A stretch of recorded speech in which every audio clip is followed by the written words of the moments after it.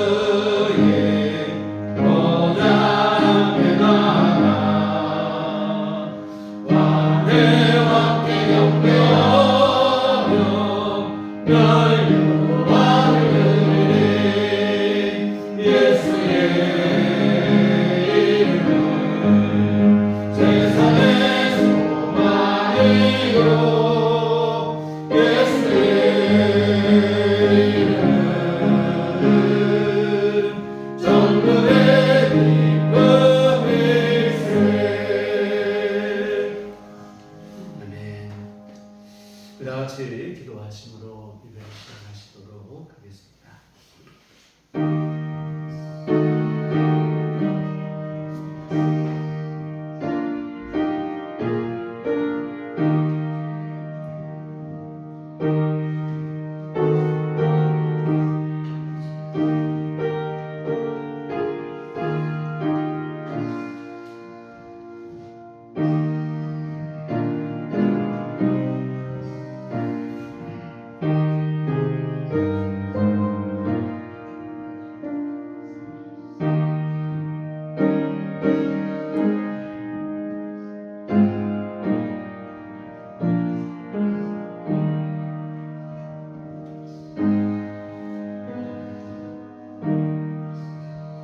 하나님이여, 내 마음이 확정되었고 확정되었사오니 내가 노래하고 내가 찬송하리이다. 주여, 내가 만민 중에서 주께 감사하오며 먼 나라 중에서 주를 찬송하리이다.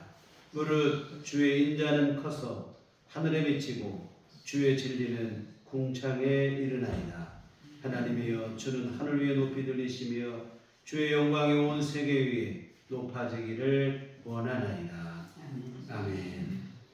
다 같이 자리에서 일어나셔서 찬송가 32장 찬송하시겠습니다.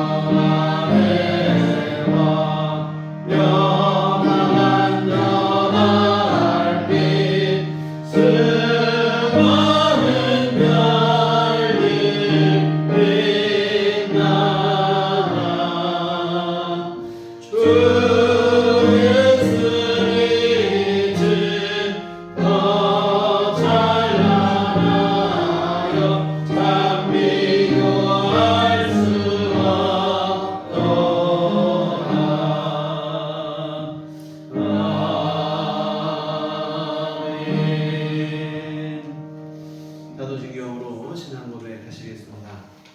전능하사 천지를 만드신 하나님 아버지를 나는 믿사오며 그의 아들 우리 주 예수 그리스도를 믿사오니 이는 성령으로 잉태하사 동정녀 마리아에게 나시고 본디오 빌라도에게 고난을 받으사 십자가에 못 박혀 죽으시고 장사한 지 사흘 만에 죽은 자 가운데서 다시 살아나시며 하늘에 오르사 전능하신 하나님 우편에 앉아 계시다가 저리로서 산 자와 죽은 자를 심판하러 오시리라. 성령을 믿사오며 거룩한 공회와 성도가 서로 교통하는 것과 죄를 사하여 주시는 것과 몸이 다시 사는 것과 영원히 사는 것을 믿사옵나이다. 아멘. 성시교독은 교독문 26번 시편 50편 말씀 들어가시도록 하겠습니다. 내 백성아 들을지어다. 내가 말하리라. 이스라엘아 내가 내게 증언하리라. 나는 하나님 곧 내 하나님이로다. 나를 내 재물 때문에 너를 책망하지는 아니하리니 내 번제가 항상 내 앞에 있음이로다. 내가 내 집에서 수소나 내 우리에서 수염수를 가져가지 아니하리니 이는 살림의 짐승들과 무살의 가축이 다 내 것이며 산의 모든 새들도 내가 아는 것이며 들의 짐승도 내 것이미로다.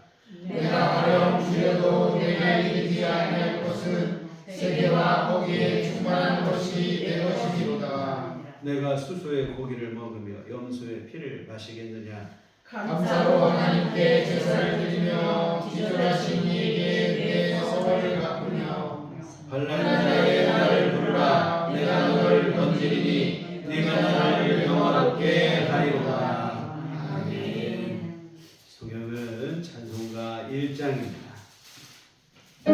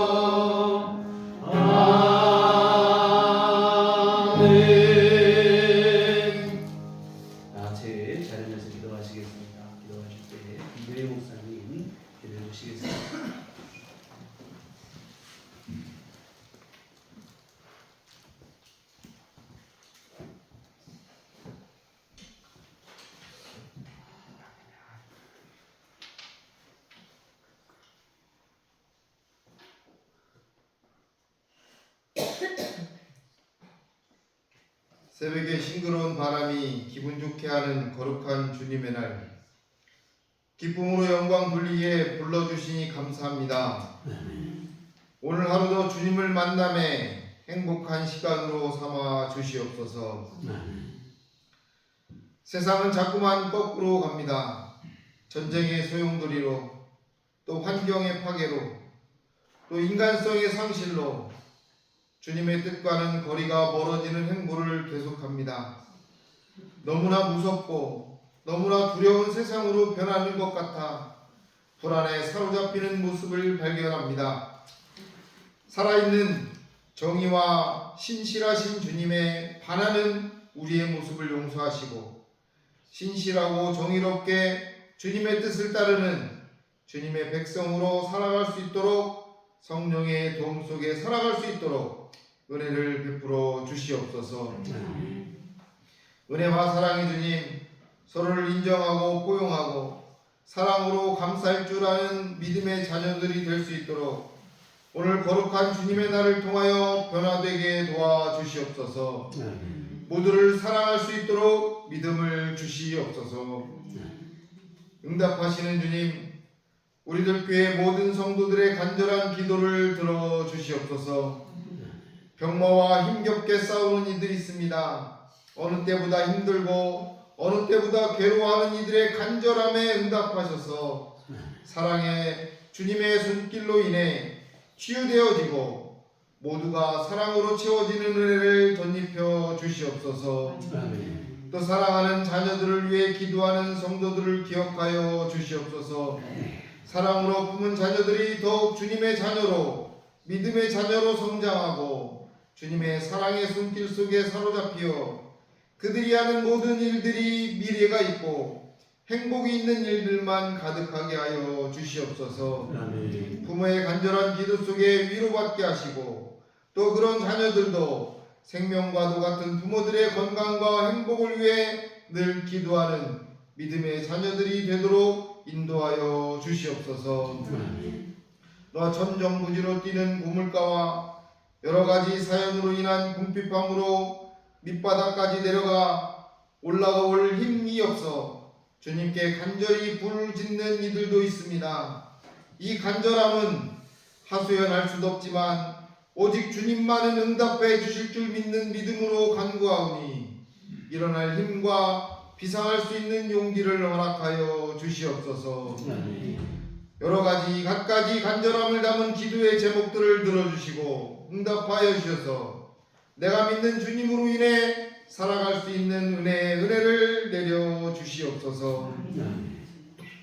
전쟁으로 인해 무고한 생명들이 죽어가고 세계 속의 나라들이 그로 인해 불안과 공포 속에 살아가는 이때 더욱 생명의 주님을 의지하는 믿음을 주셔서 이 어려운 난관을, 세계를 살아가는 모든 이들이 극복할 수 있도록 힘을 주시옵소서. 오늘도 말씀으로 임재하셔서 성령의 감동을 주시는 주님, 믿는 성도들이 의지하고 기댈 곳은 오직 생명의 주님밖에 없음을 고백합니다. 말씀 속에서 생명을 발견하고 사랑을 느끼는 은혜를 내려 주시옵소서. 우리들 교회 모두에게 사랑의 은혜를 덧입히시며 달리다움의 역사를 일으키시는 생명의 주님이신 예수 그리스도의 이름으로 간절히 기도합니다. 아멘.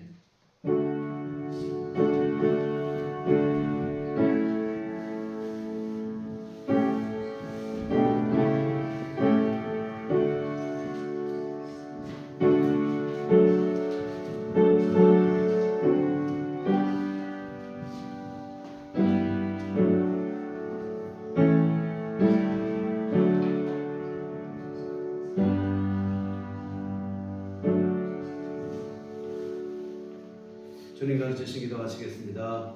하늘에 계신 우리 아버지여, 이름이 거룩히 여김을 받으시오며 나라의 임하옵시며 뜻이 하늘에서 이룬 것 같이 땅에서도 이루어지이다. 오늘날 우리에게 용할 양식을 주옵시고 우리가 우리에게 죄 지은 자를 사하여 준 것 같이 우리를 사하여 주옵시고 우리를 시험에 들게 하지 마옵시고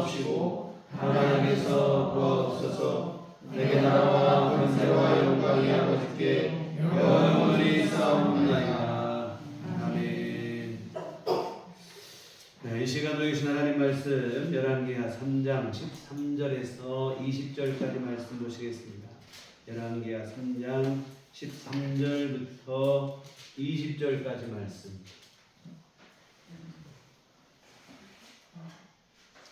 다 같이 한 목소리로 합동하시도록 하겠습니다.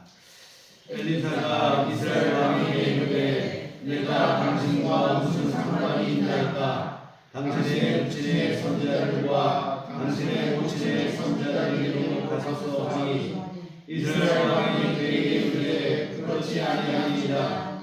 여호와께서 이 시험을 불러와 모압의 손에 넘기려 하시나이다 하니라. 엘리사가 이르되 내가 섬기는 만군의 여호와께서 살아계심을 두고 맹세하노니 내가 만일 유다의 왕 여호사밧의 얼굴을 보미 아니면 그 앞에서 당신을 향하지도 아니하고 보지도 아니하였으리이다. 이제 내게로 검은고 달자를 불러오소서 하니라. 검은고 타는 자가 검은고를 탈 때 여호와의 손이 엘리사 위에 있더니 그가 이르되 여호와의 말씀이 이 골짜기에 개천을 많이 하라 하시나이다.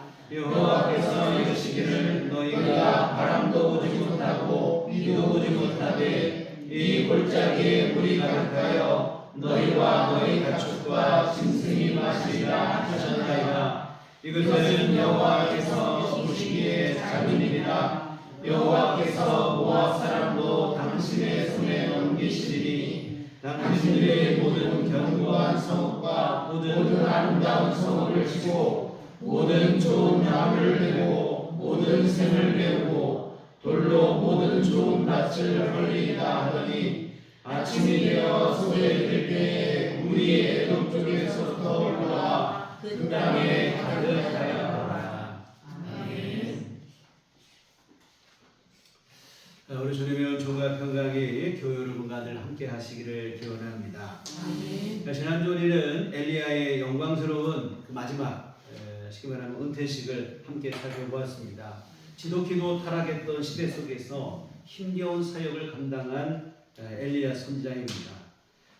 도무지 변하지 않는 무감동, 무반응, 무감각의 시대였는데 하나님의 놀라운 역사가 일어나도 꿈쩍도 하지 않는 거예요. 그런 속에서 영적으로 계속 타락하는 중에 사역을 했으니 당연히 힘들 수밖에 없죠.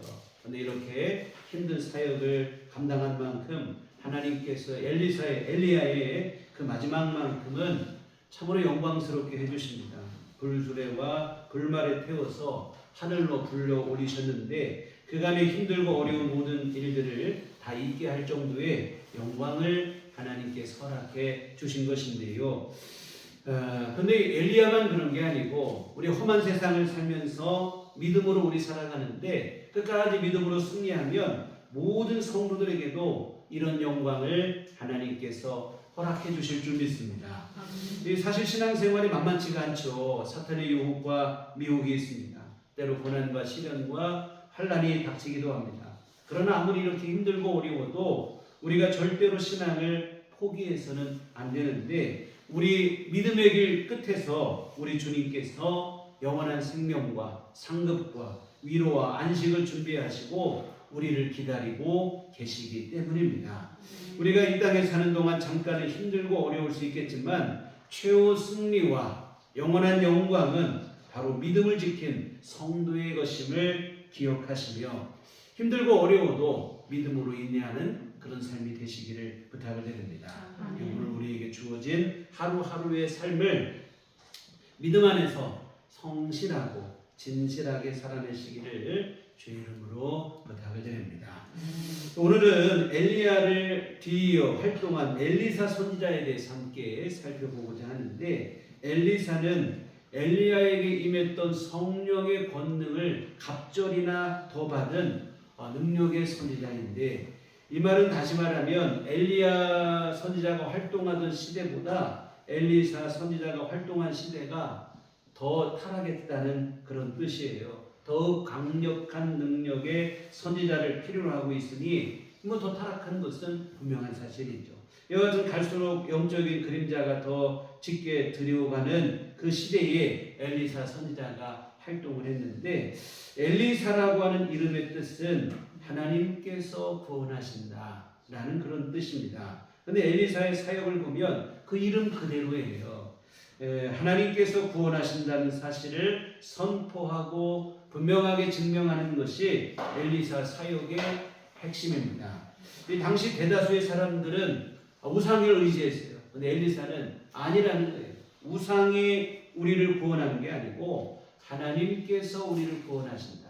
이것을 분명하게 이 어둠의 시대에, 타락의 시대에 증명해 보였는데요. 오늘은 그 내용들을 몇 가지 함께 좀 살펴보려고 합니다. 우선 열왕기하 2장 19절 이하부터 이제 엘리사의 사역이 기록이 되어 있는데, 한 성이 보니까 뭐 정확한 명칭은 기록이 되어 있지 않아서 어느 성인지 모르는데 신학자들은 아마 이게 여리고 성일 것으로 뭐 예측을 합니다. 이것은 정확한 건 아니고요. 여하튼 정확한 지명은 기록되어 있지 않았지만 그 성에 보니까 위치도 좋고 터도 좋아요. 다 좋은데 물 근원이 안 좋은 거예요. 물이 안 좋아서 식물이 다 익기도 전에 떨어집니다. 물에 아마 독성 성분이 있어서 그렇겠죠. 식물이 결실을 못해요. 이 작은 문제가 아니죠. 이 농사라고 하는 것은 먹고 사는 문제와 직결이 되잖아요. 그리고 식수의 안전이 보장되지 못하면 이것은 뭐 농사에만의 문제가 아닙니다. 이 건강상에 직결되는 문제입니다. 이 아프리카에 보면 아주 어려운 나라들 보면 지금 제일 문제가 뭐냐면 물로 인해서 많은 이들이 목숨을 잃고 하는 것들입니다. 물에 이 독성이 있다는 것은 간단한 문제가 아니죠. 이런 사정을 알게 된 엘리사는 그 물 근원을 찾아서는 거기에다 소금을 넣고는 이런 얘기를 합니다. 열왕기하 2장 21절에 엘리사가 물 근원으로 나아가서 소금을 그 가운데 던지며 이르되 여호와의 말씀이 내가 이 물을 고쳤으니 이로부터 다시는 죽음이나 열매 맺지 못함이 없을지니라 하셨느니라. 소금을 집어넣고 뭐 소금을 넣어서 그런 게 아니에요. 이건 하나의 행동이고, 엘리사가 하는 말은 뭐냐면 하나님께서 독성이 있는 이 물을 고치셨다는 거예요. 앞으로는 죽음이나 열매를 맺지 못하는 이런 일들이 해결될 것이라. 이 죽음의 물에서 하나님께서 이 성읍을 구원하신다 하는 것을 보여주십니다. 다음으로 열왕기하 3장에 보시면 아합 왕이 죽은 후에 모압이라고 하는 나라가 이스라엘을 배반한 일이 나와요. 이에 아합의 아들 여호람은 보복 차원에서 모압 정보를 나서게 됩니다. 그때에 모압 정보를 나서는데 유다의 여호사밧 왕 그리고 에돔 왕이 함께 출전을 했어요. 이 세 나라의 왕이 동맹을 맺어서 연합군을 이루겠으니 이 군사력에서는 문제가 될 게 없죠. 그런데 예상치 못한 문제가 발생을 해요. 전쟁을 출전하고 일주일째가 됐는데 그때까지 물을 만나지 못하는 거예요. 이 군사들뿐만 아니라 짐승까지 모두 갈증으로 죽을 지경이에요. 이거 뭐 전쟁을 해보기도 전에 갈증으로 스스로 자멸하게 생긴 그런 꼴입니다. 그러자 여호람 왕이 절망을 하는 거예요. 하나님께서 세 나라의 임금을 모아놓고는 모압의 손에 통으로 넘기시려는구나. 하나님께 원망을 하고 불평을 해요. 그때 그래도 함께 전쟁에 나갔던 남왕국 유다의 여호사밧 왕이 믿음이 있으니까 뭐라고 하는 게 아니라 우리 하나님께 물어보자. 여기 혹시 하나님께 물을 만한 선지자가 어디 있느냐 물어봐요. 그랬더니 신하 중 한 사람이 엘리사라고 하는 사람이 있다. 그러자 여호사밧은 분명 엘리사에게 하나님의 말씀이 있을 것이다 하면서 즉시로 엘리사를 찾아갑니다. 그러나 이 엘리사는 오늘 우리가 보신 말씀인데요. 여호람 왕을 보더니 뭐하러 나에게 왔느냐. 당신의 아버지와 어머니가 섬기던 바알과 아세라 선지자를 찾아갈 것이지 왜 왔느냐고 호통을 치는 거예요. 뭐냐면 평상시에 하나님을 찾지도 않았거든요. 평상시에는 하나님을 찾지도 않고 우상만 의지하더니 다 죽게 되니까 이제 와서 하나님 찾느냐. 엘리사의 책망 앞에 여호람 왕이 할 말이 없죠. 아마 어쩌면 평소 같았으면 기분 나빠가지고 엘리사를 잡아 가두었을지도 모르는데 지금은 상황인지라 그러지 못하고 엘리사에게 그냥 납작 엎드리는 거예요. 그러자 엘리사가 마지못해 하나님께 어떻게 될지를 기도를 하는데 뭐라고 하냐면 남왕국 유다의 여호사밧의 얼굴이 아니었다면 내가 너를 만나주지도 않았을 것이다. 그러면서 하나님께 기도한 다음에 하나님의 말씀을 전하는데 뭐라고 하냐면 골짜기에다가 개천을 많이 파라는 거예요. 그러면 비와 바람은 없지만 골짜기마다 물이 가득하게 되는 이런 일이 일어나게 될 것이다. 그리고 하나님께서 이 일로 인해서 갈증만 해결하는 게 아니라 이번 전쟁에서도 너희에게 승리하게 하실 것이라 이런 얘기를 합니다.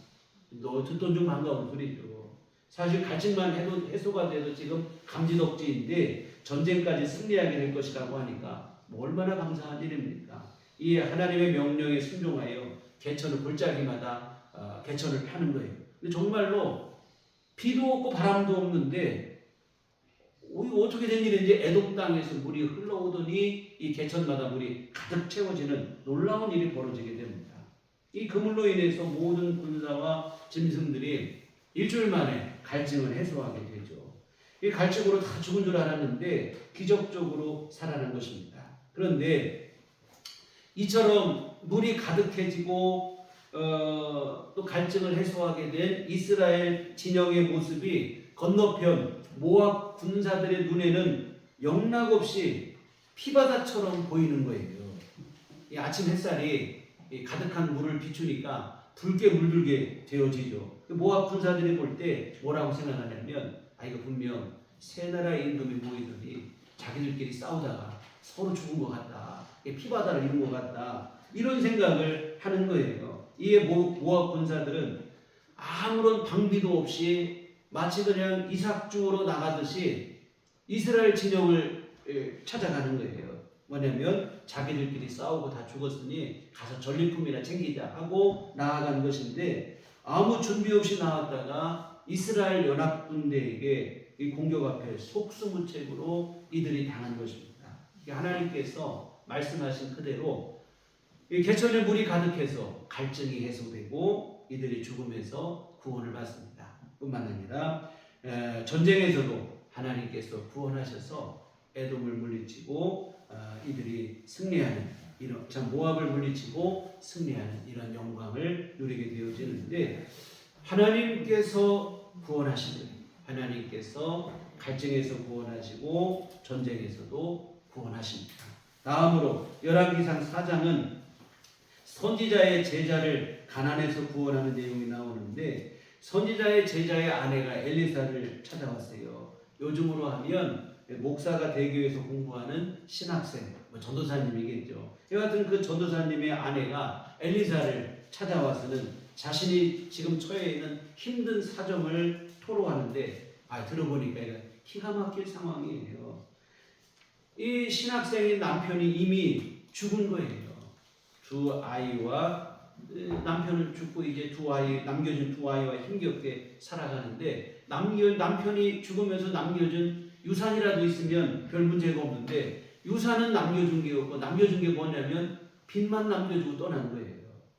이 과부의 몸으로 두 아이를 키우는 것도 버거운데 빚까지 있으니까 살기가 참 막막하죠. 특히 오늘 본문 당시 유대 땅에서 여성이 과부로서 혼자 살아간다는 게 보통 힘든 일이 아니에요. 요즘 같은 경우는 능력 있으면 여성도 아무 문제가 없어요. 근데 지금 그때 이런 상황으로 이해를 하시면 안 돼요. 여하튼 그런 시대인데 빚까지 있으니 형편이 말이 아니죠. 근데 빚쟁이가 찾아와서는 빚을 독촉하는 거예요. 뼈난 살림살이에 갚을 돈이 어디 있겠습니까? 갚을 돈이 없죠. 그래서 빚쟁이가 하는 말이 뭐냐면 빚을 당장 못 갚겠거든 네 두 아이라도 빚 대신 내놓으라는 거예요. 왜 그러냐면 두 아이를 노예로 팔아서 그 돈으로 빚을 변상하라, 쉽게 말하면 이런 얘기인데 참 이거 기가 막힐 일이죠. 여하튼 선지자 제자의 아내의 이런 사정을 다 듣더니 엘리사가 뭐라고 하냐면 혹시 그러면 너희 집에 지금 가지고 있는 게 뭐가 있느냐 물어봐요. 그러자 하는 말이 뭐냐면 우리 집에 아무것도 없고 기름 한 병 외에는 가진 게 아무것도 없다는 거예요. 이 살림살이가 보통 궁색한 게 아니죠. 만일 하나님께서 엘리사를 통해서 도와주시지 않았다면 꼼짝없이 두 아이는 노예로 팔려갈 그럴 수밖에 없는 지경입니다. 이와 같은 한 병 기름 외에는 아무것도 없다는 말에 엘리사는 뭐라고 하냐면 너 당장 네 이웃들에게 가서 빈 그릇을 빌릴 수 있는 한 최대한 많이 빌려오라는 거예요. 그리고는 문을 닫고 두 아이와 함께 빌려온 그 빈 그릇에다가 가지고 있는 한 병 기름을 부으라는 거예요. 엘리사의 말대로 그릇을 빌려다가 그릇마다 빈 그릇에 기름을 붓는데 여러분 기름을 부으면 어떻게 됩니까? 기름병이 계속 기름이 나오는 게 아니고 기름이 줄어들고 한 병밖에는 뭐 나올 게 없잖아요. 하여튼 기름이 줄어들어서 빈 병이 되어야 되는데 근데 기적같이 그릇마다 계속 채워지는데 기름이 여전한 거예요. 부어도 계속 기름이 나와요. 이와 같은 이렇게 해서 빌려온 모든 그릇에 기름을 가득 채우자 그제서 기름이 멈추게 되는 거예요. 그래서 엘리사가 뭐라고 하냐면 그러면 너 이제는 그 가득 채운 그 기름들을 내다 팔아라. 내다 팔아서 일단은 빚을 갚아라. 그리고 나머지는 두 아들과 함께 살림살이에 보탬을 해서 생활을 하라. 이렇게 얘기합니다. 이 또한 하나님의 구원하심인 줄 믿습니다. 하나님께서 가난에서 구원하시고 뿐만 아니라 두 아이를 노예로 팔려갈 위기에서 하나님께서 구원하신 일입니다. 다음으로 열왕기하 4장 9절 이하에는 우리가 잘 아는 얘기가 나와요. 수넴 여인의 얘기가 나오는데 엘리사가 수넴이라고 하는 지역을 이를 때마다 그 지역에 살고 있는 한 귀부인이 엘리사를 지극정성으로 잘 대접을 하는 거예요. 그러더니 나중에는 아예 이 여인이 남편에게 부탁을 해요. 엘리사 선지자를 위해서 우리 집에 방 한 칸을 좀 우리 선지자 오실 때마다 쓸 수 있도록 내주자. 엘리사로 하여금 수넴에 들릴 때마다 편히 쉬고 갈 수 있도록 편의를 제공한 거예요. 엘리사 입장에서 이보다도 고마울 일이 없죠. 지금 이때는 모두가 다 우상에 빠진 데 우상에 빠진 데. 근데 이 여성은 하나님의 선지자로 사명을 감당한다는 이유로 엘리사를 잘 대접해 주니까 너무 고맙고 감사하죠. 고마운 마음에 엘리사가 수넴 여인을 부르더니 혹시 뭐 부탁할 거 없냐? 내가 좀 도와주고 싶은데 뭐 부탁할 일이 없느냐고 물었더니 이 여인이 뭐라고 하냐면 나는 지금 뭐 부탁할 만한 게 없다는 거예요. 부족함이 없이 잘 지내고 있다. 부탁할 게 없다고 그래요. 그러나 엘리사는 이 너무 마음이 고마운 마음이 크니까 뭘 해도 좀 어떻게 좀 도와주고 싶은 마음이 간절해요. 그때 엘리사의 종이었던 게하시가 이 여인의 안타까운 사정을 귀뜸을 해주는 거예요. 뭐냐면 이 여인에게 다 문제가 없는데 한 가지 어려움이 있다는 거예요. 뭐냐면 자식이 없다는 거예요. 남편은 이미 늙었고 이 자식 갖기가 어려운데 지금 자식이 없다. 사실 이 시대에 여인에게 있어서 가장 큰 수치는 자식을 얻지 못하는 거예요. 자식을 낳지 못하는 게 여성의 가장 큰 수치였는데 이 여인에게 다른 건 다 풍족한데 자식이 없다. 이 사정을 들은 엘리사가 이 여인을 부르더니 뭐라고 하냐면 걱정 말라는 거예요. 내년 이맘때 1년 지나면 아들을 안아보게 될 것이다. 그랬더니 이 여성이 무슨 말이냐 생각지도 않던 말을 얘기하니까 거짓말하지 말라고 못 믿겠다는 거예요. 이 사라가 아이를 낳게 될 것이라는 말을 믿지 못한 것과 똑같은 그런 반응인데요. 근데 엘리사의 말대로 정말로 1년 후에 이 여인이 아들을 낳게 되는 거예요. 참 하나님께서 이 여성의 이 평생의 수치를 구원하신 거예요. 여성에서 내가 아이도 못 갖고 얼마나 참 수치스러운 일인데 하나님께서 수넴 여인을 이 수치와 불명예에서 구원하신 것입니다. 근데 이 아이가 잘 자라다가 하루는 들에서 일하고 있는 아버지에게 오더니 자꾸 내가 머리가 아프다고 칭얼거리는 거예요. 그러자 이 아버지는 뭐 별일 아니겠지 하고 칭얼거리는 아들을 자기 종을 시켜서 엄마에게 돌려보내요. 엄마가 이 아이를 무릎 위에 앉히고는 돌보는 거죠. 그런데 얼마 안 있어서 이 아이가 엄마 무릎 위에서 그만 죽어버린 거예요. 참 늙음하게 얻은 아이가 자기 무릎 위에서 그냥 내가 보는 데서 죽어가니 이거 뭐 기가 막힐 일이죠.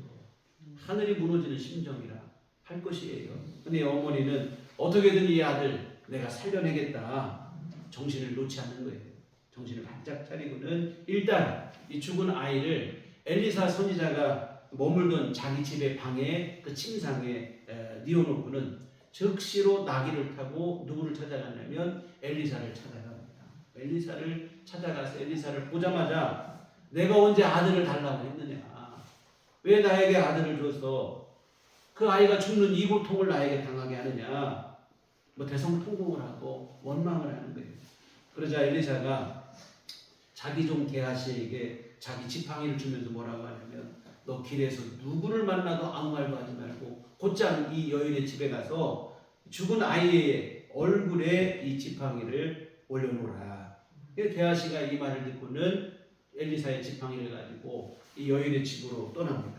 근데 수넴 여인도 같이 가야 되는데 이 여인은 안 가겠다는 거예요.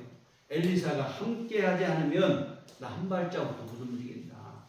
이 종을 보낼 게 아니라 당신이 직접 가라는 거예요. 어쩔 수 없이 엘리사 선지자가 이 여인과 함께 길을 나서 집을 가는데 먼저 도착한 게하시가 지팡이를 올려놓지만 뭐 아이가 여전히 아무 미동도 없어요. 이 엘리사가 직접 아이가 있는 방으로 들어갑니다. 들어가서 문을 닫고 모든 사람을 다 내보내더니 하나님께 기도하고는 자기 몸을 아이의 몸 위에 대는 거예요. 그랬더니 점점 아이의 몸에서 체온이 느껴져요. 따뜻해지기 시작. 뭐 죽으면 사람이 차갑잖아요. 그런데 따뜻해지기 시작해요. 그 일을 한 번 더 했더니 아이가 재채기를 7번 하더니 호흡이 돌아오는 거예요. 결국 하나님께서 이 아이를 살려내신 건데요. 지금 보신 내용, 수넴 여인을 아이를 얻지 못하는 그 여성의 수치에서 하나님을 구원하시고 또한 그 아이를 죽음에서 구원하시고 하나님께서 구원이 되심을 보여주신 사건입니다. 다음으로 열왕기하 4장 말미에 보시면 또 두 가지 기적적인 구원의 사건이 기록되어 있는데 길갈에 있는 선지자들의 제자들을 방문했을 때예요. 요즘으로 하면 신학교예요. 신학생들이 모여있는 신학교인데 극심한 흉년에 제대로 먹지도 못하고 기근 가운데 있는 거예요. 이에 엘리사는 사환을 시켜서 솥을 걸어라. 큰 솥을 걸고 국을 끓이라. 이렇게 명령을 내려요. 그런데 한 사람이 들에서 이제 국을 끓일 재료를 구하러 갔다가 들 호박을 따와서는 이게 뭔지 모르고 국 끓이는 솥에 썰어 넣었어요. 근데 들 호박이라는 게 독성이 있어서 먹지 못하는 그런 식물이에요. 쉽게 우리나라 하면 독버섯 같은 뭐 그런 거라고 보시면 될 것 같아요. 근데 모르고 그것을 국에 넣었는데 아무도 이 사실을 모르니까 다 끓이고 난 다음에 그 국을 퍼다가 나누어서 막 먹는 거예요. 근데 한참 먹다 보니까 국 솥의 밑바닥이 드러나고 거기에 있는 들 호박을 발견을 하는 거예요. 깜짝 놀라죠. 이미 먹었으니 온몸에 곧 독이 퍼질 것은 분명한 사실이고 다 죽었다고 생각했죠. 근데 그때 엘리사가 무슨 가루인지는 정확하게 기록되어 있지 않지만 그 가루를 가져오게 하더니 그 솥에다가 그 가루를 넣고는 그리고는 국을 퍼서 나눠 먹으라는 거예요. 그랬더니 들호박의 독이 다 없어지게 되고 여하튼 이 또한 뭐냐면 하나님께서 기근에서 구원하시고 사망의 독으로부터 구원하신 것입니다. 그래도 오늘날 또 어떤 일이 있냐면 믿음 좋은 한 사람이 천열매를 가지고 왔어요. 보리떡 20개를 만들고 채소 한 자루를 가지고 엘리사를 찾아왔어요. 근데 이게 뭐 작은 양은 아니지만 거기 있는 신학생이 100명이에요. 100명. 이 100명의 사람 앞에 이게 누구 코에 붙일 만한 양이 되지를 못해요. 이 보리떡 한 개는 한 사람의 한 끼 식사분이라고 하는데 20명의 식사분으로 100명이 나눠 먹으려고 하면 이게 뭐 말이 안 됩니다. 여러분 사람은 100명인데 밥은 20공기밖에 안 되면 이게 뭐 먹은 사람도 없고 안 먹은 사람도 없어요. 이렇게 되는 거예요. 근데 엘리사는 뭐라고 하냐면 아니라 무리에게 나눠주라는 거예요. 그랬더니 엘리사의 사환이 뭐라고 하냐면 이 100명인데 이거 갖고 누가 먹냐고. 안 된다고. 그래서 엘리사는 나눠주라는 거예요. 하나님께서 능히 먹이고도 남는다고 했으니 나눠주라. 그래서 나눠줬더니 진짜로 하나님의 말씀대로 배불리 먹고도 남은 거예요. 뭐 기억나는 사건이 뭡니까? 예수님께서 오병이어 보리떡 5개 물고기 2마리로 5,000명을 먹여도 12광주가 남는 그런 기적이 연상이 되는데 하나님께서 똑같은 일이에요. 기근에서 구원하신 이 사건이 되겠습니다. 그리고 열왕기하 5장에서는 아람의 군대 장관인 나아만 장군의 나병을 고친 그 사건이 기록되어 있는데 이 얘기는 다음 주에 다시 한번 조금 더 자세히 살펴보겠고요. 여하튼 하나님께서 이방인인 아람 나라의 군대 장관의 나병을 구원하신 얘기입니다. 6장에 가면 신학교를 충축하는 얘기가 나와요. 나무를 찍어다가 교실과 기숙사를 더 크게 짓자는 건데, 근데 도끼를 빌려다가 산에 가서 나무를 찍어오는데 그만 이 도끼날이 자루에서 빠져나가더니 물속으로 떨어지고 만 거예요. 우리 예전에 금도끼, 은도끼가 있는데 진짜로 도끼날이 빠져가지고 물속에 빠진 거예요.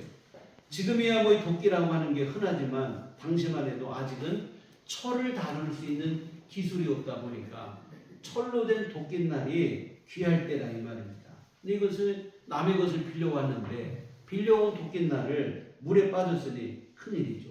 그래서 엘리사가 뭐라고 하냐면 나뭇가지를 베어오라. 그래서 나뭇가지를 베어오니 물속에 집어던지니까 이거 참 기적이죠.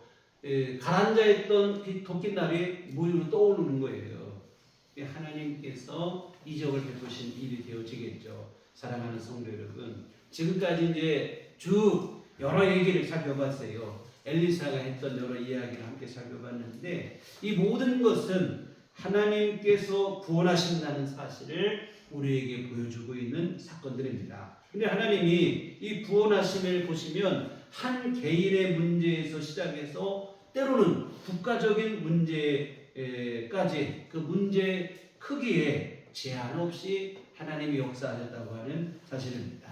이 도끼날을 찾는 사소한 일부터 시작해서 먹고 사는, 죽고 사는 중대한 일까지 막론하고 하나님께서 역사하십니다.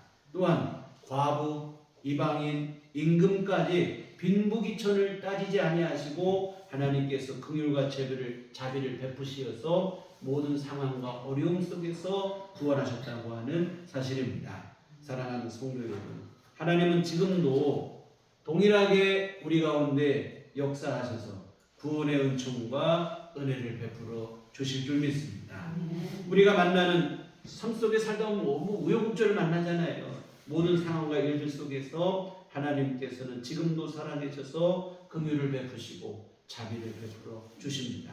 권능으로 역사하시어 우리를 도와주시니 그러므로 우리가 살면서 무슨 일을 만나든지 너무 쉽게 섣불리 낙심하거나 절망하지 마시기를 부탁을 드립니다. 하나님의 구원의 손길을 기대하시고 하나님의 은총을 의지하여 믿음으로 나가시기를 부탁을 드립니다. 하나님의 도우심을 간절히 기도했으면 좋겠습니다.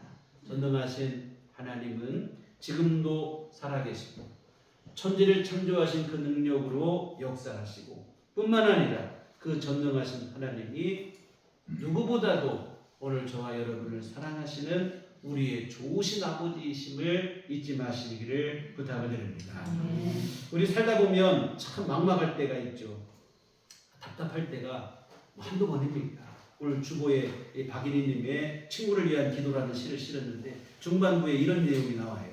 어디론가 훌훌 떠나고 싶어하는 사람, 주어진 일을 묵묵히 하면서도 속으론 철철 피를 흘리는 사람, 떠날 수도 머물 수도 없는 사람, 차마 울 수도 없는 사람, 모든 것을 잊고 싶어하는 사람, 사람에겐 그 어느 누구에게도 가슴속 얘기 풀어내놓지 못하는 사람, 가엾은 사람, 어디 하나 성한 데 없이 찢기온 상처에 저마다 두 팔 벌려 위로받고 싶어하는 사람들 아닙니까? 우리는 정말 그래요. 누구 얘기가 아니라 우리 얘기입니다. 우리 얘기. 겉으로는 괜찮은 척하지만 속으로는 피를 철철 흘리며 사는 사람들이 얼마나 많습니까? 어디 핫소연이라 됐으면 좋으련만 정작 가슴속에 진짜 하고 싶은데 아픔의 얘기는 한마디도 꺼내지 못하며 살아갈 때가 많아요. 누군가 내 말을 들어주기만 했어도, 나를 좀 도와줄 사람이 한 사람만 있어도 좋겠는데 주변을 아무리 둘러봐도 그런 사람이 하나도 보이지 않을 때가 있어요. 다 끝난 것만 같은, 소망이라고는 하나도 없는 것 같은 그런 상황일 때가 있습니다. 그러나 여러분, 우리 속담처럼 하늘이 무너져도 솟아날 구멍이 있다고, 사방으로 다 막힌 것 같을지라도 그러나 아직 우리는 끝난 것이 아니라 우리에게는 좋으신 아버지 하나님이 함께 하시는 줄 믿으시기를 바랍니다. 우리 아버지 하나님께서 모든 문제에 구원과 해답이 되시는 전능하신 하나님이십니다. 절망하지 말고 낙심하지 말고 하나님을 바라보며 기도하시기를 부탁을 드립니다. 사실 우리 삶이 막다른 골목으로 몰리는 것 같은 때, 어떤 때는 그것이 하나님의 손길일 때가 있어요. 우리로 하여금 하나님 앞에 온전한 믿음이 되게 하시기 위해서 하나님께서 우리를 연단하시고 훈련하시는 때일 경우가 사실은 많이 있더라고요. 보니까 고린도후서 1장 8절 9절에 보면 바울 사도도 그런 얘기를 해요. 형제들아, 우리가 아시아에서 당한 환난을 너희가 모르기를 원하지 아니하노니 힘에 겹도록 심한 고난을 당하여 살 소망까지 끊어지고 우리는 우리 자신이 사형 선고를 받은 줄 알았으니 이는 우리로 자기를 의지하지 말고 오직 죽은 자를 다시 살리시는 하나님만 의지하게 하십니다. 바울 사도께서 일행들이 아시아에서 얼마나 심한 환난을 당했는지 사형 선고를 받은 줄 알았다는 거예요. 쉽게 말하면 다 죽은 줄 알았다는 얘기죠. 그런데 지나고 보니까 그게 아니더라는 거예요. 이것은 우리로 하여금 우리 자신을 의지하지 말고 하나님만 의지하게 하시는 하나님의 손길이었다는 거예요. 믿지 못하는, 믿을 것도 못 되는 우리 자신을 믿고 실망하고 낙심하고 그렇게 살지 말고 진짜 믿을 분은 하나님일 뿐이라는 사실을 깨닫게 하시려고 하시는 하나님의 가르치심이라는 거예요. 그러니 여러분, 우리가 무슨 일을 만난다 할지라도 너무 절망하지 말고 하나님만 의지하시기를 부탁드립니다. 낙심과 절망이 아니라 믿음과 기도로 하나님 앞에 더욱더 가까이 나아가시기를 바랍니다. 사랑하는 성도 여러분, 하나님은 우리의 모든 문제와 상황에 있어서 진정한 구원과 해답이 되십니다. 때를 따라 도우시며 우리에게 필요한 은총을 베풀어 주십니다.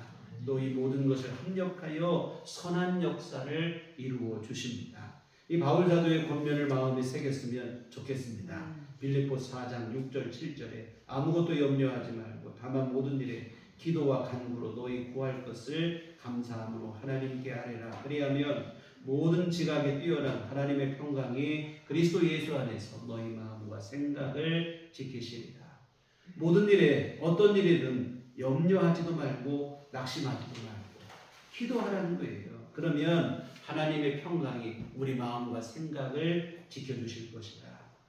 내가 산을 향하여 눈을 들리라. 나의 도움이 어디서 올까? 나의 도움은 천지를 지으신 여호와에게서로다 했습니다. 진정한 도움은, 진정한 해답은 오직 하나님 아버지로부터 온다는 사실을 잊지 마시기를 바랍니다. 이 감리교 창시자 요한 웨슬리 목사님이 이런 말을 했어요. 사람이 일하면 사람이 일할 뿐이지만 사람이 기도하면 하나님께서 일하신다. 여러분, 내가 아무리 근심 걱정해봐야 우리 힘이라는 게 얼마 되지 못해요. 그러나 우리가 기도하면 하나님께서 우리 삶 속에 역사하시고 우리 삶 속에 은총을 베풀어 주시고 우리 삶 속에 하나님이 응답하시고 하나님이 간섭하시고 일하시기 시작합니다. 사랑하는 여러분, 무시로 기도하시고 쉬지 말고 기도하시고 모든 일에 기도하시는 우리들 교회 온 교우들 되시기를 주님의 이름으로 축원합니다. 기도하시겠습니다. 주님 감사합니다. 우리 모든 일 가운데 우리 삶 속에 구원이 되심을 믿습니다. 우리 주 하나님은 우리를 죄와 사망에서 구원하실 뿐만 아니라 이 땅에 살아가는 우리의 모든 삶 속에서도 친히 개입하시고 간섭하시어 우리 삶을 도우시고 건지시고 이끌어주시고 인도해 주시는 줄 믿습니다. 우리 무슨 일을 만나든 어떤 상황에 놓이든 절망과 낙심에 빠지지 않게 하시고 좋으신 아버지 전능하신 하나님을 기억하게 하시고 기도하게 하여 주시옵소서. 예수님 이름으로 기도했습니다. 아멘. 찬송가 365장 찬송가 365장 찬송하시겠습니다.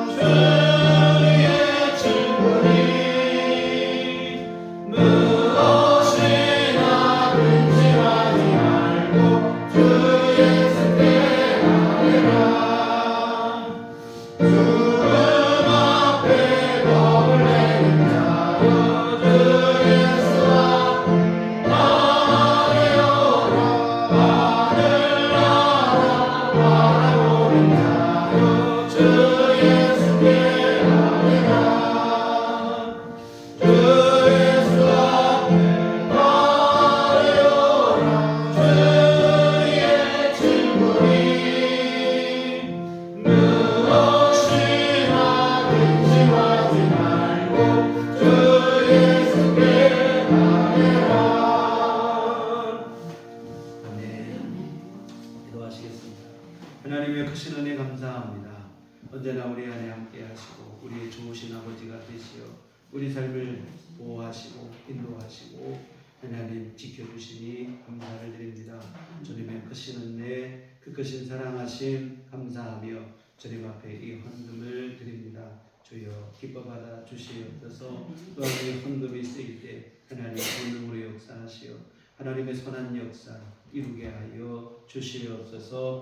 아버지 하나님 정성껏 헌금을 드리고 온갖 마음과 시간을 바쳐 하나님을 예배한 모든 심령들도 기억하여 주시옵소서. 주님 크신 은혜 내려 주시옵시고 오늘 귀한 말씀처럼 우리 어떤 상황에 놓이든 절망 낙심하지 않게 하시고 하나님이 지금도 우리 안에 함께 하시고 우리의 좋으신 아버지가 되심을 기억하게 하시고 기도하게 하시고 하나님의 은총을 의지하게 하여 주시옵소서. 그리하여 주님의 도우심 얻게 하시고 합력하여 선을 이루시는 주의 은총 안에서 더욱더 복되고 하나님의 귀한 은혜가 넘치는 삶으로 나아가는 우리 모두의 삶이 될 수 있도록 도와주시옵소서. 아버지 하나님 또한 우리에게 건강도 허락하시고 생활에 필요한 모든 것도 채워주시옵시고 하나님께서 일마다 때마다 도우시어서 주 은혜 넘치는 삶이 되도록 도와주시옵소서. 우리 모두 영과 욕이 모두 강건케 하여 주시어서 주님 은혜를 누리며 하나님의 도우심 안에 참 평안을 누리는 우리들 교회 온 교우들 되도록 도와주시옵소서. 아버지 하나님, 이 땅에 살며 하나님의 귀한 자녀로서의 합당한 삶을 살게 하여 주시옵소서. 우리의 삶의 자리에서 언제나 어디서나 그리스도인으로 살아가게 하시고 하나님의 자녀답게 살아가게 하시고 주의 말씀을 순종하여 살게 하시어 빛과 소금이 될 수 있도록 도와주시옵소서. 세상 가운데 믿음의 감동을 주게 하여 주시어 그들로 하여금 주 앞에 돌아와 함께 구원의 역사 이뤄가는 능력의 삶을 살아갈 수 있도록 도와주시옵소서. 예수님의 이름으로 기도했습니다. 아멘. 네, 교회 소식 시간입니다. 우리 서로 인사할 때 주님만 바라봅시다. 네, 오늘은 선교헌금을 드리는 주일입니다. 아울러 또한 오후 예배가 있는 주일입니다. 우리 복음의 씨앗을 심는 마음으로 매월 첫 주 선교헌금에 함께 동참해 주시고 또한 점심 식사를 함께 나누시고 오후 예배 함께 드리셨으면 좋겠습니다. 오후 예배 시간 어려우시더라도 함께 식사 나누시고 가셔도 좋을 것 같습니다. 교회 밖의 집회와 성경원 참여를 금하고 교회 중심으로 건강한 신앙생활 함께 이어가시면 좋겠습니다. 우리 다 같이 자리에서 일어나셔서 서로를 축복하시며 평안을 너에게 주라 찬양하시겠습니다.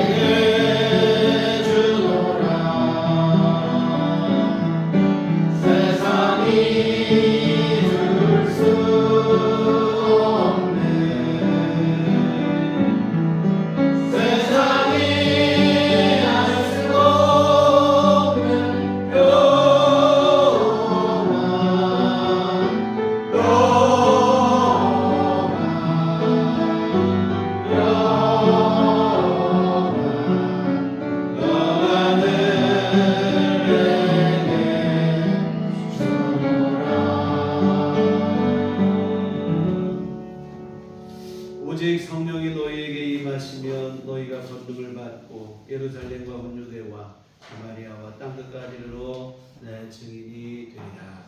우리가 주의 증인이 되겠습니다. 이제는 우리 주 예수 그리스도의 구속의 은혜와 하나님 아버지의 극진하신 사랑하심과 성령님의 의로부통 역사 감화 감동 충만하심이 주의 피로 세우신 우리들 교회 위에와 언제나 주의 도우심을 구하며 믿음으로 기도로 살기를 소원하는 주의 모든 자녀들의 심령이 지금부터 영원토록 함께 하시기를 간절히 축원하옵나이다.